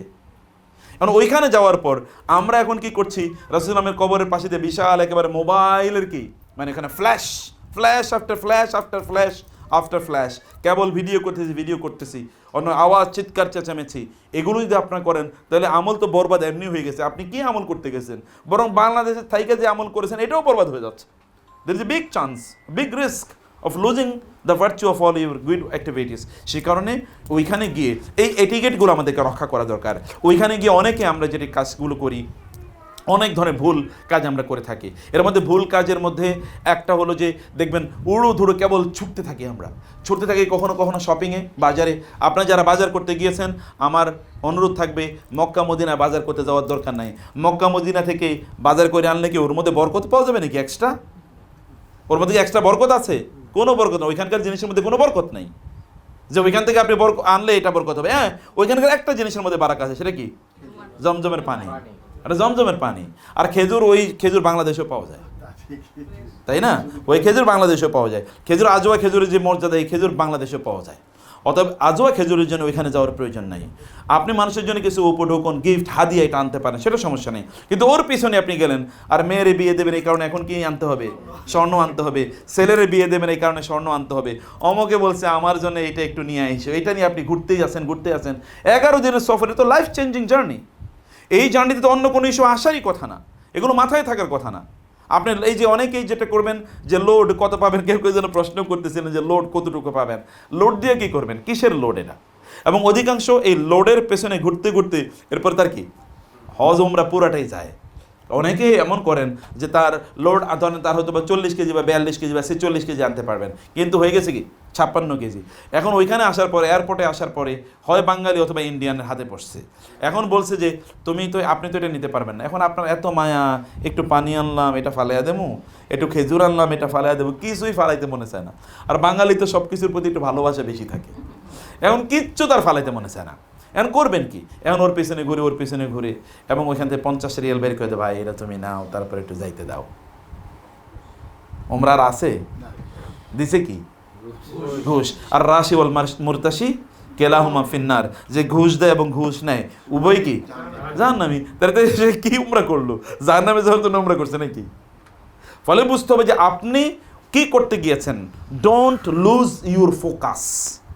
ফোকাসকে, বোনেরা এটা আপনাদের মাথায় থাকে যে নাতিনের জন্য এটা কিনবেন, অমকের জন্য এটা কিনবেন, বউয়ের জন্য এটা কিনবেন, এগুলো মাথায় নিয়ে না, আপনি ওটা করতে যান নাই। ওটা বাংলাদেশে বহুত বাজার আছে, এই বাজার থেকে আপনি কেন, ওইখান থেকে কিনলে এক্সট্রা বরকত পাওয়া যাবে না, ওইখানে দামও কম না। পিওর জিনিস দিয়ে আপনি করবেন কি, মূল পিওর জিনিস হারিয়ে ওই পিওর দিয়ে আপনি করবেন কি, সেটা কিনতে আমি অস্বীকার আপনাকে নিষেধ করছি না, কিন্তু ওই জায়গায় টাইম ইনভেস্টমেন্ট যেন বেশি না হয়। খাবার নিয়ে অনেক অনেক বেশি চিন্তা, আপনি তো ওখানে খাবার খেতে যান না, না খেয়ে মানুষ মারা যায় না, ওই সেখানে প্রয়োজনে গিয়ে রোজা রাখলে সমস্যা কি, রোজা রাখলে কি সওয়াব হবে না? ওইখানে যদি 1 রাকাত নামাজ পড়লে 1 লক্ষ রাকাতে সওয়াব পাওয়া যায়, তাহলে একটা রোজা রাখলে কি আল্লাহ তাআলা 1 লক্ষ রোজার সওয়াব দিতে পারেন না? পারেন তো। সেটা প্রয়োজন রাখবেন, বিশেষ করে সোমবার বৃহস্পতিবার রোজা রাখার চেষ্টা করবেন। এই আবাদতগুলো ওইখানে আবাদতের মধ্যে যত নিজকে নিমগ্ন করা যায়, নিজকে কোনো একটা ভালো কাজে অ্যাকাস্টম করা, কালচার করা, একটা ভালো কাজে অভ্যস্ত করে নিয়ে আসা, যেমন জিকির আজকারে, কোরআন তেলাওয়াতে, তাসবিহ তাহলিলে, ভালো কথা বলায় ইয়ে করে নেওয়া, রাগকে কমানো, রাগকে দমন করা, ছোটো ছোটো জিনিসে উত্তপ্ত হয়ে যাওয়া, ইত্যাদি জিনিসে নিজকে কন্ট্রোল করা খুবই উচিত। ওইখানে আপনি সওয়াব, ভালো কাজ করলে যেমনি হবে আপনার সওয়াব হবে, ঠিক খারাপ কাজ করলে কি ওইরকম বড় গুনাহ হবে না? একটা ভালো কাজ করলে 1 লক্ষ গুণ যদি পান, একটা খারাপ কাজ করলে কি 1 লক্ষ গুণ হতে পারে না? অবশ্যই হতে পারে। মসজিদে গিয়ে ইবাদত করা যেমনিভাবে বড় কাজ, মসজিদে গিয়ে ঝগড়া বিবাদ করা, এমনকি কোনো জিনিস বিক্রি করা, এটা তো হারাম। ওখানে ইবাদত করা ফরজ, আবার এর বিপরীত কাজটা কি? হারাম। সেই কাজটি আপনি বাজারে, যেমন ধরেন আপনি বাজারে বিক্রি করতে পারেন, অথবা কোনো জিনিস যদি আপনার হারিয়ে যায় আপনি ঘোষণা করতে পারেন আমার ওই জিনিসটা ভাই হারিয়ে গেছে, কিন্তু মসজিদে গিয়ে এটা করতে পারবেন আপনি? এটা করা হারাম, অথচ অন্য জায়গায় কাজটা কিন্তু হালাল। অতএব স্থান ভেদে কখনো কখনো হালাল হারাম হয়ে যায়, এই কাজগুলোর মধ্যে কোনোভাবে যেন আমরা জড়িত না হয়ে যাই, এটা আমাদেরকে বুঝতে হবে। আমরা তো ধরেন মদিনায় গেলাম, যারা মক্কায় যারা গিয়েছেন ইনশাআল্লাহ আপনারা তো গিয়ে হয়তো আপনার উমরা করে ফেলবেন ইনশাআল্লাহ, এর ব্যাপারে আমরা অথবা বলবো আপনার কীভাবে সেখানকার ওমরা কাজগুলো করবেন। আর মদিনায় যারা যাবেন তারা আমাদের সাথে সময় পাবেন ইনশাআল্লাহ। ওমরার জন্য আমাদের মৌলিক কাজ কিন্তু 3টা ওমরায়, একটা হলো ইহরাম করা, আটা কি করা, তাওয়াফ করা, আটা কি করা, সাই করা। মূলত এই 3টা কাজ, এই 3টা কাজকে ঘিরেই আপনার সকল কাজ আবর্তিত হবে। আপনি যখন এহরাম করবেন, মক্কায় যারা আগে যাবেন তারা তো এর আগে আমরা বলছি কোথেকে আপনি এহরাম করবেন। এহরাম করার পর কিন্তু আপনাদের অনেক কাজ নিষিদ্ধ, এর মধ্যে সবচেয়ে গুরুত্বপূর্ণ যে কাজটি করতে হবে তা হলো তালবিয়া পড়া, যত বেশি সম্ভব কি করা, তালবিয়া পড়া, লাব্বাইক আল্লাহুম্মা লাব্বাইক।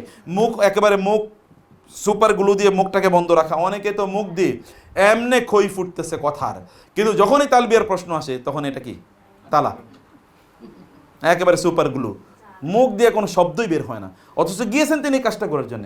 এরপর আপনি রাজনৈতিক আলাপ তুলে দেন, মনে হচ্ছে যেন উনি বিশ্বের 1 নম্বর রাজনীতিবিদ, এত মহাপণ্ডিত, ব্রিটিশ বলা হয়, মানে এত পণ্ডিত, রাজনীতি ওনার সে ভালো বুঝে না। এই আলোচনা করার জন্য আপনি ওখানে যান নাই, আপনি ওইখানে গিয়েছেন আল্লাহর ইবাদত করার জন্য। যত বেশি সম্ভব ওইখান থেকে অর্জন করে নিয়ে আসেন, উপার্জন করে নিয়ে আসেন, যত বেশি সম্ভব সেখানে তাসবিহ তাহলিল করতে থাকেন। আপনি লাব্বাইক আল্লাহুম্মা লাব্বাইক, যখন রাসূল সাল্লাল্লাহু আলাইহি ওয়াসাল্লাম বলেছেন কেউ যদি তালবিয়া পড়ে তাহলে তার ডানে যা আছে বামে যা আছে, গাছগুলো, পাথরগুলো, পাহাড়গুলো, এগুলো সব কিছু কিয়ামতের দিন বলতে থাকবে আল্লাহ আমি এই লোকটাকে তালবিয়া পড়তে শুনেছি, এগুলো সব বলবে, আপনি এদেরকে সাক্ষী রাখেন। বোনেরা একটু উচ্চস্বরে এতটুকু উচ্চস্বরে তালবিয়া পড়তে পারবেন যেন আপনার কানে আসে, অথবা আপনার পাশে যিনি আছেন তিনি শোনেন, এতটুকু পড়া আপনার জন্য জায়েজ আছে।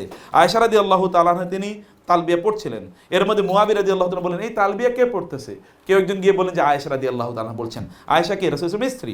তিনি এতটুকু জোরে পড়লেন, তার পাশের একজন মানুষ তিনি শুনতে পেয়েছেন, এতটুকু জোরে আপনার পড়বেন, কিন্তু মুখটাকে বন্ধ করে রাখবেন না, হয় তালবিয়া পড়বেন। পুরুষরা অনেক সময় কি করে, কারণ আপনি তো একটু জোরে কথা বলতে অভ্যস্ত না, ফলে আপনি প্রথম দিকে কি করলেন, জোরে জোরে তালবিয়া পড়লেন, এরপরে গলা বন্ধ হয়ে গেছে, আর কিচ্ছু, গলা ভেঙে গেছে, আর কিচ্ছু করতে পারে না। Make it slow, simple and medium, এটাকে আপনি রাখেন। যদি আপনি এটাকে মিডিয়াম রাখেন, ব্যালেন্সড রাখেন, তাহলে আপনি এটাকে করতে পারবেন। এমনভাবে পড়েন লাব্বাইক আল্লাহুম্মা লাব্বাইক, এবং এটা বলবেন কোত্থেকে? অন্তর থেকে নাকি জিহ্বা থেকে? জিহ্বার দিকে আল্লাহ তাআলা তাকান না। জিহ্বা দিয়ে যারা কথা বলে বা ঠোঁট দিয়ে যারা কথা বলে, কোরআনে অধিকাংশ এদিকে বলা হয়েছে মুনাফিক। এদেরকে কি বলা হয়েছে? মুনাফিক। ইয়াকুলুনা বিআফওয়াহিহিম মা লাইসা ফি কুলুবিহিম, আল্লাহ তাআলা বলছেন এদের মুখে এরা যা বলে এটা তাদের অন্তরে নাই। অতএব এটা যেন আপনার অন্তর থেকে যেন উচ্চারিত হয় এবং আপনার চোখ থেকে পানি পড়ুক। আপনি আল্লাহর ঘর দেখতে যাচ্ছেন, আপনি বলেন তো, আমি জানি না কতজন এর আগে আল্লাহর ঘর দেখেছেন। আল্লাহ সুবহানাহু ওয়া তাআলার ঘর মানে হচ্ছে এখানে গেলে আল্লাহ সুবহানাহু ওয়া তাআলা অনেক বেশি সন্তুষ্ট হন। আল্লাহ সব ঘরই আল্লাহর, কিন্তু ওইটাকে বিশেষভাবে আল্লাহর ঘর বলা হয়েছে, মানে কি এর সাথে একটা স্পেশালিটি আছে এবং ওইটাতে বিল্ট ইন আল্লাহ সুবহানাহু ওয়া তাআলার রিমেম্ব্রেন্স আছে। আপনারা এই পৃথিবীর এই আল্লাহর ঘরকে দেখে বহু কাফের মুসলমান হয়ে গেছে, বহু কাফের। এই পৃথিবীতে এর চেয়ে সুন্দর কত ঘর আছে? আচ্ছা বলেন তো, এটা কি আমেরিকান প্রেসিডেন্ট হোয়াইট হাউসে, মানে আমেরিকার প্রেসিডেন্টের হোয়াইট হাউসের চেয়ে বেশি আকর্ষণীয়, তার চেয়ে বেশি দামি? কত হাজার কোটি টাকা দিয়ে এটা বানাইছে? কিচ্ছু না, একটা 4 কোণার একটা ঘর, কালো ঘর, খুব বেশি টাকা পয়সার এখানে লাগে না। কিন্তু এই ঘরটার, এটার যে মহিমা, আপনার কখনো ছাদে ওঠার জন্য আমি আপনাদেরকে বলবো, এবং শহীদ ভাইকে আমি বলবো যে আপনাদেরকে যেন নিয়ে যায় ওইখান থেকে ঘরটার দিকে একবার তাকিয়ে দেখবেন, মন হচ্ছে যেন বিশ্বের সকল বিস্ময় এই ঘরটার মধ্যে নিহিত। মানে এইরকম এমন মানে ঔজ্জ্বল্য, মানে এমন ঔজ্জ্বল্য যে ওটার দিকে তাকালে আপনার মধ্যে একটা ফিলিং, একটা রেসপেক্ট ফিলিং, একটা লাভ আপনার মধ্যে অটোমেটিক্যালি ক্রিয়েট হয়ে যাবে। এইভাবে আল্লাহ তাআলা, এই কারণে এটা আল্লাহ সুবহানাহু তার ঘর বলে এটাকে উল্লেখ করেছেন। এখানে আপনি যাচ্ছেন দীর্ঘদিন, আপনার ছোটবেলা থেকে আপনি ইবাদত করছেন এই ঘরটাকে কেন্দ্র করে, সেই ঘরটা আপনি যাচ্ছেন, আপনার অনুভূতি থাকবে না, ইমোশন থাকবে না? ইমোশন তো মুসলমানের লাগবে, ইমোশন ফর আল্লাহ অ্যান্ড হিজ প্রফেট, আল্লাহ এবং তার নবীর জন্য ইমোশন, আল্লাহ দিনের জন্য ইমোশন। এই ইমোশনটা আপনার অন্তর থেকে থাকুক, চোখ থেকে পানি পড়ুক। এক ফোঁটা পানি যদি আল্লাহর ভয়ে চোখ থেকে পড়ে, এই পানির কারণে আল্লাহ তাআলা জাহান্নাম আপনার জন্য হারাম করে দেবেন। এখন তো বাঙালি, বিশেষ করে আমাদের আপারা বোনেরা তো সিনেমা দেখে কাঁদতে কাঁদতে অস্থির, আর বাঙালি সিনেমা দেখা কাঁদতে কাঁদতে এরপরে 1-2 দিন আর কোনো খাবার নাই, এত কষ্ট হয়েছে, কাঁদতে কাঁদতে অস্থির। আমরা এই বাঙালি সিনেমার জন্য বহুত কেঁদেছি। এবার কিসের জন্য কাঁদা দরকার? আল্লাহর ঘরের জন্য, আল্লাহর জন্য কাঁদা দরকার। আল্লাহ সুবহানাহু ওয়া তাআলা এর জন্যে 2টো ফোঁটার কথা হাদিসে এসে, এই 2টো ফোঁটা কারো যদি পড়ে আল্লাহর ভয়ে, আল্লাহর ভালোবাসা, একটা হলো চোখের ফোঁটা, পানির ফোঁটাটা কি রক্তের ফোঁটা, তাইলে এই 2টোর কারণে এই ব্যক্তি কোনোদিনই জাহান্নামে যাবে না। একটি ওট ছোট্ট একটি সুইয়ের ছিদ্র দিয়ে ঢোকা যেমনিভাবে কঠিন, এই ব্যক্তি জাহান্নামে যাওয়া তত কঠিন। অর্থাৎ দিস ইজ বিগ ইস্যু। আপনার এরকম একটা সুযোগ এখানে আছে যে আপনি ইবাদত গুরু করার মাধ্যমে আপনি তালবিয়া পড়বেন, সমস্যার জোরে আপনি তালবিয়া পড়বেন। তালবিয়া তো এই সময় আপনার পড়া লাগে না, অল্প কিছু সময়। আপনি তো বাংলাদেশ থেকে গেলেন, এতটুকু এহরামের পর থেকে শুরু করে হয়তোবা সর্বোচ্চ 8-10 ঘন্টা, সর্বোচ্চ একেবারে আপনার মানে পড়া, মানে আপনার চুল কাটা বা চুল হালাল হওয়া পর্যন্ত, এতটুকু পর্যন্ত আপনার ধরেন 8-10 ঘন্টা হবে। কিন্তু তালবিয়া তো আর এরপরে পড়া লাগে না।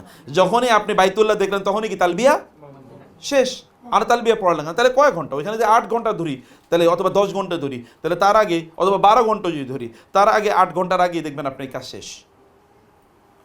অতএব এই সময়টুকু এটুকু একটা অপরচুনিটি, একটা প্রিভিলেজ হিসেবে এটাকে গ্রহণ করে এই সময় অনেক পরিমাণ বা বেশি পরিমাণ এই সময় তালবিয়া পড়া যত বেশি সম্ভব। তালবিয়াটা হচ্ছে শ্রেষ্ঠতম ইবাদত। তালবিয়াটা কি শ্রেষ্ঠতম? এটা জিকির, আর আলাদা কোনো জিকির লাগে না। এটা তালবিয়াটা হচ্ছে তাওহীদ, মানে হচ্ছে আল্লাহ তাআলার একত্ববাদের ঘোষণা আপনি দিচ্ছেন। এর চেয়ে উত্তম কোনো জিকির নাই, এর চেয়ে উত্তম কোনো দোয়া নাই। দোয়া হিসেবে এতটুকু যথেষ্ট, নতুন করে আর দোয়া করার দরকার নেই। কারণ আপনি যখন বলছেন আল্লাহ, আমি যেমন ধরেন আপনি জানেন রাসূলুল্লাহ সাল্লাল্লাহু আলাইহি ওয়াসাল্লাম যখন আরাফাতের ময়দানে তিনি কি পড়তেন বলেন তো? আরাফাতের ময়দানে তো দোয়া কবুলের সময়। তার মানে আমাদের চিন্তায় অনেক বেশি দোয়া করা লাগে, কিন্তু রাসূলুল্লাহ সাল্লাল্লাহু আলাইহি ওয়াসাল্লাম ওইখানে কেবল পড়তেন বেশি লা ইলাহা ইল্লাল্লাহু ওয়াহদাহু লা শারীকা লাহু লাহুল মুলকু ওয়া লাহুল হামদু ওয়া হুয়া আলা কুল্লি শাইইন কাদির। এটা কি দোয়া না জিকির? জিকির। দোয়া মানে হচ্ছে আল্লাহর কাছে কিছু চাওয়া, কিন্তু এখানে কি পুরা জিকির, এখানে কিন্তু একটু দোয়াও নাই। কিন্তু রাসূলুল্লাহ সাল্লাল্লাহু আলাইহি ওয়াসাল্লাম এটা বেশি কেন করতেন বলেন তো? কারণ হাদিস শেষে রাসূলুল্লাহ সাল্লাল্লাহু আলাইহি ওয়াসাল্লাম নিজেই বলেছেন, মান শাগালাহু যিকরি আন মাসআলাতি আতাইতুহু আকসারা মিম্মা উতিয়াস সাইলিন।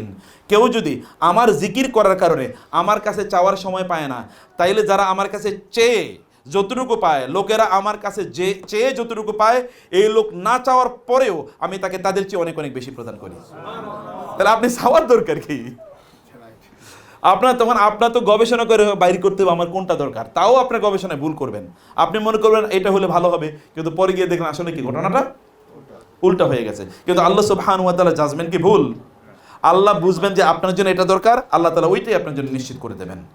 Engage yourself in the remembrance of আল্লাহ।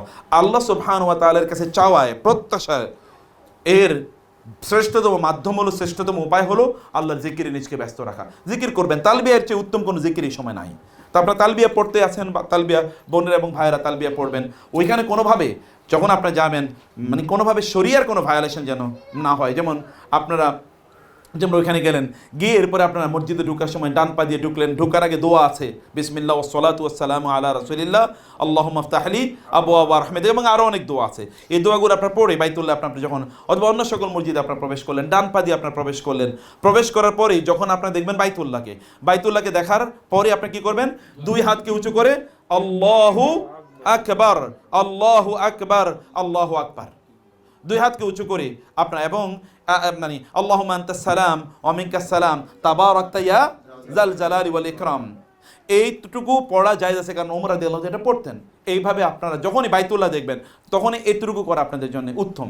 এরপরে তো আমরা কি বাইতুল্লাহতে যখনই ঢুকে যাই, তখন বাইতুল্লাহতে ঢোকার পরে আর কোনো নামাজ নাই, বাইতুল্লাহ চারপাশে তাওয়াফ করাটাই কি নামাজ, বাইতুল্লাহ চারপাশে তাওয়াফ করাটাই নামাজ। আপনার তাওয়াফ শুরু করে দেবেন। তাওয়াফ শুরু হয় কোত্থেকে? হাজারে আসওয়াদ থেকে। এটা আপনার ইউ উইল বি গাইডেড ইনশাআল্লাহ। হাজারে আসওয়াদ থেকে আমাদের তাওয়াফ শুরু হয়ে যাবে। তাওয়াফ যখন শুরু হয় তখন আমরা যদি আবার হাজারে আসওয়াদ যদি ধরতে পারি তাহলে তো খুবই ভালো, আর হাজারে আসওয়াদ যদি ধরতে না পারি তাহলে কেবল এক হাত তুলে এরকম বিসমিল্লাহি আল্লাহু আকবার, এতটুকুই, বিসমিল্লাহি আল্লাহু আকবার, এক হাত তুলে ওই দিকে তাকিয়ে, এক হাত তুলে ওই দিকে তাকিয়ে, এরপরে কেবল আমরা ঘুরতে থাকবো। অনেকে আপনাদেরকে বলবে কাবার দিকে তাকিয়ে থাকাটা ইবাদত, এটা ভুল কথা। কাবার দিকে তাকিয়ে থাকলে ইবাদত হলে কাবার নিচে যে আবু জাহেলরা সারাদিন বসে থাকতো, শুয়ে থাকতো, তাহলে তো ইবাদতের বন্যা নিয়ে ওরা চলে যেত। কাবার দিকে তাকিয়ে থাকা ইবাদত নয়। কি করতে হবে? ওইখানে গিয়ে কাবার চারপাশে তাওয়াফ করবেন নিজের মতো করে। এখানে অবশ্যই দুটো জিনিস করতে হবে। একটা হলো যে বোনেরা যেন কোনোভাবে ভাইদের অন্য পুরুষদের গায়ের সাথে যেন লেগে না যান, সেফ সাইডে থেকে মনে রাখবেন। ওমরা করতে গিয়েছেন, বাইতুল্লাহ ধরা, বাইতুল্লাহর সব জায়গা ধরা ইবাদত নয়। বাইতুল্লাহ কেবল 3টা জায়গা ধরা যায়। কটা জায়গা ধরা যায়? 3টা জায়গা। এর মধ্যে একটা হলো রুকনে ইয়ামানি, আর একটা হলো হাজারে আসওয়াদের, হাজারে আসওয়াদ, এবং 3 নম্বর কি মুলতাজাম। 3 নম্বর কি মুলতাজাম। মুলতাজামটা হচ্ছে হাজারে আসওয়াদ এবং ওই যে বাব জিব্রিল যেটাকে বলা হয় দরজা, এর মধ্যবর্তী জায়গাটাকে বলা হয় মুলতাজাম। এই 3টা জায়গায় কেবল বাইতুল্লাহ ধরা যায় ইবাদতের উদ্দেশ্যে, আর বাকি জায়গাগুলো ইবাদতের উদ্দেশ্যে ধরা যায় না। অথবা আপনি যদি মনে করেন, অনেকে যেটা বোনেরা করবেন, একটু বাইতুল্লাহরে ধরে এরপরে চুমু খাওয়া শুরু করে দেবেন, এটা সুন্নাহ নয়, এটা সুন্নাহ নয়। বুঝতে হবে কোনটা সুন্নাহ কোনটা শরিয়া। এখানে আপনি চারিদিকে তাওয়াফ করবেন, আপনাদের কাজ হচ্ছে তাওয়াফ করা, নিচের দিকে তাওয়াফ করবেন। বই নিয়ে যাওয়ার কোনো দরকার নেই, বই দেখে দেখে আপনি দোয়া পড়বেন। বই দেখে দোয়া পড়তে গিয়ে আপনি ভুল করে ফেলবেন, কারণ আপনি কি বাংলায় দোয়া জানেন না? আপনি বাংলায় জানেন, ইংরেজি জানেন, হিন্দি জানেন, ফার্সি জানেন। আল্লাহ নোজ অল দি ল্যাঙ্গুয়েজেস, সকল ভাষা আল্লাহ তাআলা জানেন। আপনার ভাষায় আপনি যদি বলেন তাহলে যতটা আন্তরিকভাবে বলতে পারবেন, অন্য ভাষায় বলে ততটা আন্তরিকভাবে বলতে পারবেন না। সে কারণে আপনার ভাষায় আপনি বলতে থাকেন, আল্লাহকে বলুন, সব বলুন। চাওয়ার ক্ষেত্রে দুনিয়াকে প্রাধান্য দেবেন না। আমরা যখনই চাই তখন কি চাই বলেন তো? কেবল দুনিয়া, দুনিয়ায় দেও, দুনিয়ায় দেও, দুনিয়ায় দেও, আমার চাকরিটা হয় না, আমার প্রমোশন হয় না, অমুকে আমার উপর জুলুম করছে, আল্লাহ তুমি দেখো, নাকি? এগুলোই একমাত্র জিনিস জন্য না হয়। আমি বলছি না এগুলো আপনি বলবেন না, কিন্তু আপনার প্রাধান্য থাকা উচিত কি? আপনি যাচ্ছেন হজ ওমরা করার জন্য, অথবা ওমরা তো দুনিয়ার উদ্দেশ্যে আপনি করতে যাচ্ছেন না, আপনি যাচ্ছেন আখিরাতের উদ্দেশ্যে।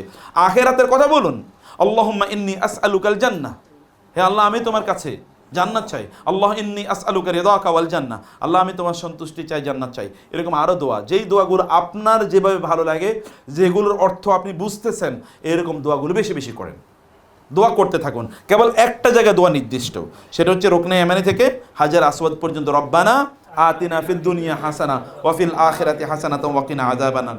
সমস্বরে কোনো দোয়া পড়া যাবে না। দোয়া পড়তে হবে ইন্ডিভিজুয়ালি। দোয়া একটা ইন্ডিভিজুয়াল ইবাদত। আপনার মতো করে আপনি আপনার কথাগুলো বলেন। বোনেরা যা মনে চায়, দিনই হারাম কোনো জিনিসের ব্যাপারে আল্লাহর কাছে চাইবেন না, হারাম কোনো জিনিসের ব্যাপারে আল্লাহর কাছে চাইবেন না। হালাল যা কিছু আপনি চান আল্লাহ সুবহানাহু ওয়া তাআলার কাছে, সেটা দুনিয়া হোক সেটা আখেরাত হোক, তবে গিভ প্রায়োরিটি আখেরাত। মনে রাখবেন, যে ব্যক্তি আল্লাহর কাছে আখেরাত চায়, আল্লাহ সুবহানাহু ওয়া তাআলা তাকে বাই ডিফল্ট দুনিয়া দিয়ে দেন।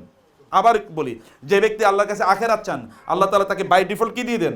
দুনিয়া দিয়ে দেন। যে ব্যক্তি আল্লাহর কাছে দুনিয়া চান, সে দুনিয়া পেতে পারে কিন্তু আখেরাত পাবে না। তাহলে আপনি দুইটা পাইতে হলে আখেরাত চান বেশি বেশি, দুইটা পাইতে হলে আখেরাত পান। ওমান আরাদাল আখিরাতা ওয়া সাআলাহা সাইয়াহা ফাউলাইকা কানা সাইয়ুহুম মাশকুরা। আল্লাহ তাআলা বলেন, কেউ যদি আখিরাত চায়, আল্লাহ সুবহানাহু ওয়া তাআলা তার দোয়াটা, তার প্রার্থনাটা কবুল করে নেবেন, এবং এর মাধ্যমে আল্লাহ সুবহানাহু ওয়া তাআলা তাকে দুনিয়া এবং আখিরাতের কল্যাণ প্রদান করবেন। এজন্য আপনি আখিরাতের কথা বেশি বেশি বলুন, সন্তানদের আখিরাতের জন্য দোয়া করুন। আপনার সন্তানরা যদি এরকম হয়, যেমন আপনি রাতের বেলা ঘুম থেকে উঠে দেখলেন আপনার সন্তানগুলো তাহাজ্জুদের সেজদায় লুটিয়ে পড়ে বাবার জন্য দোয়া করছে, আল্লাহ আমার বাবাকে সুস্থ করে দাও, আল্লাহ আমার মাকে তুমি সুস্থ করে দাও, আমার মাকে তুমি জান্নাত দাও, আমার বাবাকে তুমি জান্নাত দাও। এরকম একটা সন্তান থাকলে আপনার কেমন লাগে বলেন তো? আপনার এই ঘরটা তো জান্নাতি ঘর, এরকম একটা সন্তান আপনি চান না আল্লাহর কাছে, আল্লাহ তুমি আমার সন্তানকে এরকম দাও, এরকম আমার বলা দরকার, এরকম বলা দরকার। আপনার মা বাবার জন্য আপনার গিফট কি বলেন? আপনার মামার জন্য, যেমন আমার বাবার জন্য আমি কিছুই করতে পারি, উনি যখন মারা গেছেন 4 বছর বয়স, আমার তখন 4 বছর বয়স, আমি কিছুই করার সুযোগ পাই নাই। তাহলে এই বাবার জন্য আমার করণীয় কি? আমি তার কি দেবো বলে তো? আমার কি দেওয়ার আছে? আপনার বাবা মার জন্য আপনি কি করবেন? এই দুনিয়ার এখনকার যে জীবন, এত বিজি লাইফ, অধিকাংশ দেখবেন বাবা মা হয়তো বা গ্রামে থাকলে তাদের সাথে যোগাযোগ করার সুযোগ থাকে না আমাদের, এত ব্যস্ত। তাহলে এই বাবা মার জন্য আমাদের দায় নাই, দায়িত্ব নাই, আছে কিনা? এই দায়িত্বটা আপনি কীভাবে পালন করবেন? কীভাবে আপনি পালন করবেন? সেজদা লুটিয়ে পড়ে বাবার জন্য দোয়া করেন না, মায়ের জন্য দোয়া করেন না। This is the best gift you can send to your parents. আপনার পিতা মাতার জন্য আপনি পাঠাতে পারেন সবচেয়ে বড় গিফট, এর চেয়ে উত্তম কোনো গিফট নেই। এদের জন্য আল্লাহর কাছে বলুন, এই অপরচুনিটিগুলো, এগুলো দোয়া কবুলের জায়গা, এই অপরচুনিটিগুলো কোনোভাবে মিস করা আপনার ঠিক হবে না, আমাদের ঠিক হবে না। এগুলোকে আমরা গ্র্যাব করা দরকার, এগুলো গ্রহণ করা দরকার, এগুলো অর্জন করা দরকার, এগুলোকে আপনার নেওয়া দরকার। গোটা সফরটাতে আপনার ইউল বি গাইডেড। সেখান থেকে আপনার ধরেন উমরার আপনার তাওয়াফ শেষ করে দিলেন, তাওয়াফ আপনার থেকে 7 বার করতে হয়, এগুলো অনেকের মনে থাকে না, সম্ভব হলে আপনার হাতে প্রয়োজন ইয়ে করে রাখবেন, অথবা যিনি গাইডে থাকবেন তিনি আপনার থেকে বলে দেবেন যে এভাবে হয়েছে। দল থেকে বিচ্যুত না হওয়াটাই ভালো।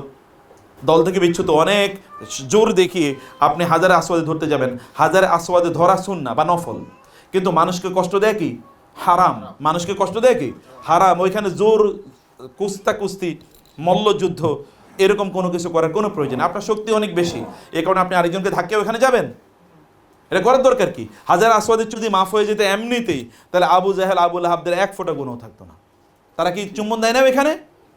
আর যারা চুম্বন দেয় নাই, এরকম লোকেরা কি একজনও জান্নাতে যাবে না? কথা বুঝেন কিনা? হাজারে আসওয়াদে চুম্বন করতে পারে নাই, আপনাদের বাপ দাদের মধ্যে কেউ হজ উমরা করতে পারে না, এরকম লোক ছিল না? তো তারা কি জান্নাতে যাবে না? তাহলে ওইটাই একবার চুম্বন করলে জান্নাতে যাবে। হু গ্যারান্টিড ইউ? এটা কোনো গ্যারান্টির ইস্যু নয়, এটা গ্যারান্টর নয়।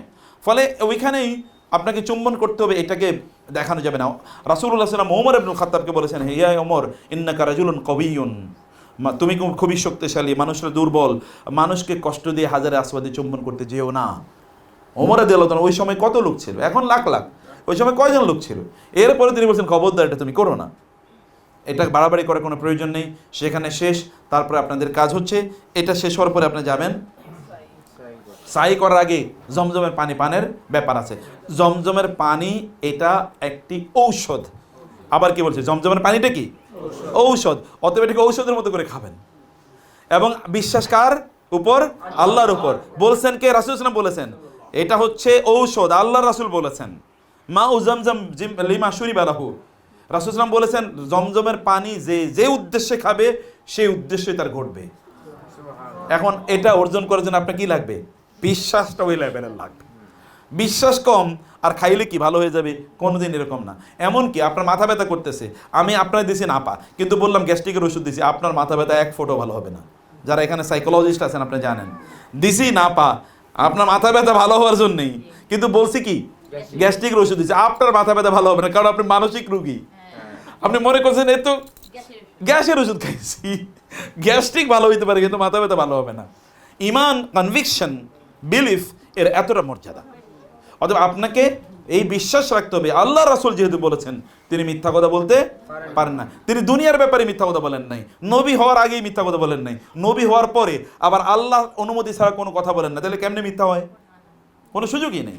সেই কথা সেটাকে মনে রেখে, সেটাকে মাথায় রেখে আপনার এটা কথা বলেন, এটা বলবেন। এটা কেবল ফিজিক্যাল রোগ না, এটা অন্তরের রোগ। আমাদের অন্তরের রোগ কিন্তু অনেক বেশি।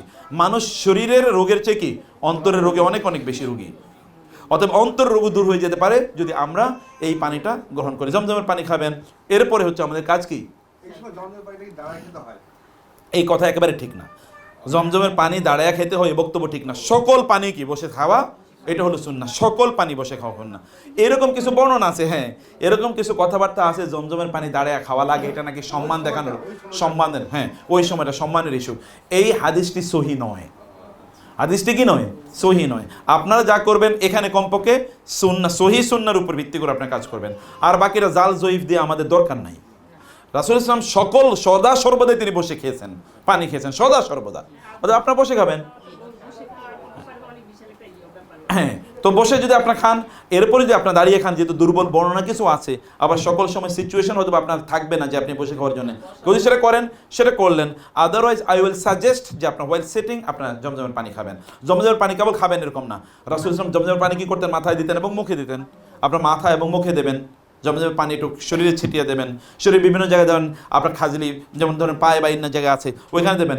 পায়ে জমজমের পানি লাগালে কোনো সমস্যা নাই। আপনি আল্লাহর ঘরেই পা দিয়ে পাড়াইতেছেন, আর জমজমের পানিতে কি? বুঝতে পারছেন না? অতএব এগুলো ভুল কথাবার্তা যে এগুলো উজু করা যায় না, গোসল করা যায় না।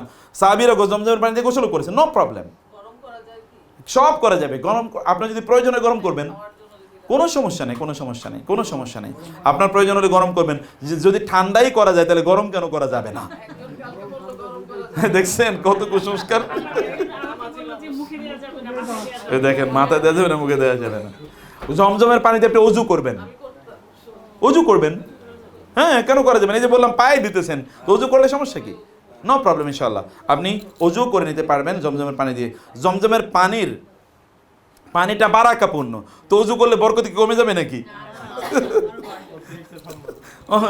কোনো সময় আপনি ইবাদতের জন্য করতেছেন, সুবহানাল্লাহ, কোনো সমস্যা নেই, কোনো প্রবলেম নেই, ইনশাআল্লাহ আপনি সেটা করতে পারেন। জমজমের পর আমরা সাই করব, সাফা এবং মারওয়াতে সাই। সাফা এবং মারওয়াতে সাইয়ের কেবল এসেন্সটা আমি বলি। সাফা এবং মারওয়াতে আপনি কেন সাই করেন, কেন দৌড়ান বলেন তো? ওই যে হাজেরা আলাইহিস সালাম দৌড়িয়েছেন। একজন নারীর মর্যাদা, আমার বোনেরা এখানে যাচ্ছেন, একজন নারীর মর্যাদা কি পরিমাণ হতে পারে? আল্লাহ সুবহানাহু ওয়া তাআলা পৃথিবীর সকল পুরুষদেরকে ওখানে দৌড়াইতে বলছে, কিন্তু নারীদের দৌড়ানো, নারীদেরকে, অথচ দৌড়াইছিল কে? নারী। আর এখন দৌড়াইতেছে কারা? পুরুষরা। দেখেছেন কি মর্যাদা একজন নারী আল্লাহ তাআলার কাছে। বোনেরা যাচ্ছেন, আপনাদের দৌড়ানো লাগবে না, কিন্তু ভাইয়েরা আপনারা ওই জায়গায় যতটুকু সবুজ যতটুকু দাগ দেয়া আছে অতটুকু জায়গায় আপনারা দৌড়াবেন ইনশাআল্লাহ। দৌড়ে আপনারা, একটা সেকেন্ড, আমি এই যে একটু ফোন দিচ্ছি, আমার লেকচারটা শেষ হলে আমি ফোন দিচ্ছি আপনাকে। জি জি জি জি স্যার। তো আপনারা ওইখানে পুরুষরা দৌড়াবেন। এই সময়টাও মুখ বন্ধ করে রাখার ইস্যু নয়, এই সময়টাও দোয়া করা, তাসবিহ পড়া, আল্লাহর কাছে প্রার্থনা করা। কিন্তু তালবিয়া কিন্তু শেষ। ওই যে বাইতুল্লাহতে দুই হাত তুলে যখন আল্লাহু আকবার, আল্লাহু আকবার, আল্লাহু আকবার, আল্লাহুম্মা আনতাস সালাম যখন বলেছেন না, তখন থেকে তালবিয়া শেষ, তালবিয়া শেষ, আর তালবিয়া পড়া যাবে না। ভাইয়েরা যখন আপনি যাবেন মক্কায়, যারা যাবেন, আপনারা কখনো কখনো ভুল হয় এরকম যে আপনারা কি করেছেন, স্যান্ডেল ধরেন, এমন স্যান্ডেল পড়ে গেলেন যেটা কি জুতা, এমন জুতা পড়ে গেলেন যেটা জুতা শো এ টাইপের, যেমন আপনার পায়ের পেছনের দিকটা কি আপনার ক্লোজ মানে বন্ধ, অথবা ধরেন পায়ের উপরে যে অংশটা সেটা একেবারে পুরাটাই ঢেকে আছে, এরকম টাইপের পড়বে না। স্যান্ডেল এখান থেকে পড়ে যান, ওইখানে গিয়ে পরিবর্তন করবেন, এটা চিন্তা করার দরকার নেই, কারণ এটা অনেক সময় খেয়াল থাকে না, অনেক পেরেশানির মধ্যে থাকে, এটা খেয়াল থাকে না। অতএব এখান থেকে পুরো পরিপূর্ণ প্রিপারেশন নিয়ে তারপরে আপনাদেরকে নামার জন্য আমরা নাসিহা করব। গোটা সফরটা একটা আখলাকি সফর যেন হয়। না না, এটা শুধু ভাইদের কথা বলছি, আপনাদের গোটা সফরটা যেন একটা আখলাকি সফর হয়। আমি আপনাদেরকে অনুরোধ করব, গোটা সফরটাতে আপনারা আল্লাহকে দেখান, আল্লাহ আমি তোমার বান্দা হিসেবে এখানে এসেছি, আমি কোনো স্বৈরাচার হিসেবে তোমার কাছে আসি নাই। স্বৈরাচার মানে কি? স্বৈরাচার হচ্ছে যে তার ইচ্ছা মতো কাজ করে, তার কি ইচ্ছা মতো সে যা মনে করে এইটাই করে, এর বাইরে সে কোনো কাজ করে না, এর বলে স্বৈরাচার। অথচ স্বৈরাচার বললেই কেবলমাত্র একজন মানুষ ওই রকম দেখতে, এটা মনে করেন না, হতে পারে না। ফেরাউন কি কেবল ওইখানে ছিল নাকি? বহুত ফেরাউন আছে, এমনকি লেডি ফেরাউনও আছে, আছে না? সব ফ্যামিলিতে একটা করে ফেরাউন থাকে। এটা কখনো কখনো মেল, কখনো কখনো কি ফিমেল ভার্সন অফ ফেরাউন, ফিমেল ভার্সন অফ ফেরাউন। তো যাই হোক, স্বৈরাচারী আচরণ যেন আমাদের না হয়, পুরা আচরণ যেন সুন্নাহ ভিত্তিক হয়। সুন্নাহ ভিত্তিক, আল্লাহকে দেখান, আল্লাহকে দেখান যে আল্লাহ আমি তোমাকে দেখাতে চাই যে আমি তোমার রাসূলের সুন্নাহর বাইরে একটা কাজও করব, আমি তোমাকে দেখাতে চাই। আল্লাহ সাহাবীদের মধ্যে একজন যুদ্ধের মধ্যে গেছেন, তিনি বললেন মিনাল মুমিনিনা রিজালুন সাদাকু মা আহাদুল্লাহ আলাইহি। কোরআন একটা আয়াত, আয়াতের তাফসীর আপনারা পড়ে নেবেন। আয়াত নাম্বার কত হয়? আয়াত নাম্বার কত আমি জানি না। আয়াত নাম্বার হচ্ছে মিনাল মুমিনিনা রিজালুন সাদাকু মা আহাদুল্লাহ আলাইহি। পুরুষদের মধ্যে মানে মানুষের মধ্যে একদল লোক আছে, তারা আল্লাহর সাথে যা অঙ্গীকার করে এটাকে তারা পরিপূর্ণভাবে আদায় করে। এর মধ্যে বদরের যুদ্ধে কোন একজন সাহাবী গিয়ে বললেন, ইয়া রাসূলুল্লাহ, আমি যদি যুদ্ধের ময়দানে মারা যাই তাহলে কি হবে? তারপরে তুমি তাহলে শহীদ হবে, শহীদ হলে কী হবে, তুমি জান্নাতে যাবে। এই রাসূল তখন তিনি বললেন, তার হাতে কিছু মানে খেজুর অথবা বাদাম ছিল, তিনি এই খেজুর এবং বাদাম খাইতে তো সময় লাগবে, আমি জান্নাতে তার আগে পৌঁছতে চাই, এটা খাওয়া শেষ হওয়ার আগে আমি জান্নাতে পৌঁছতে চাই।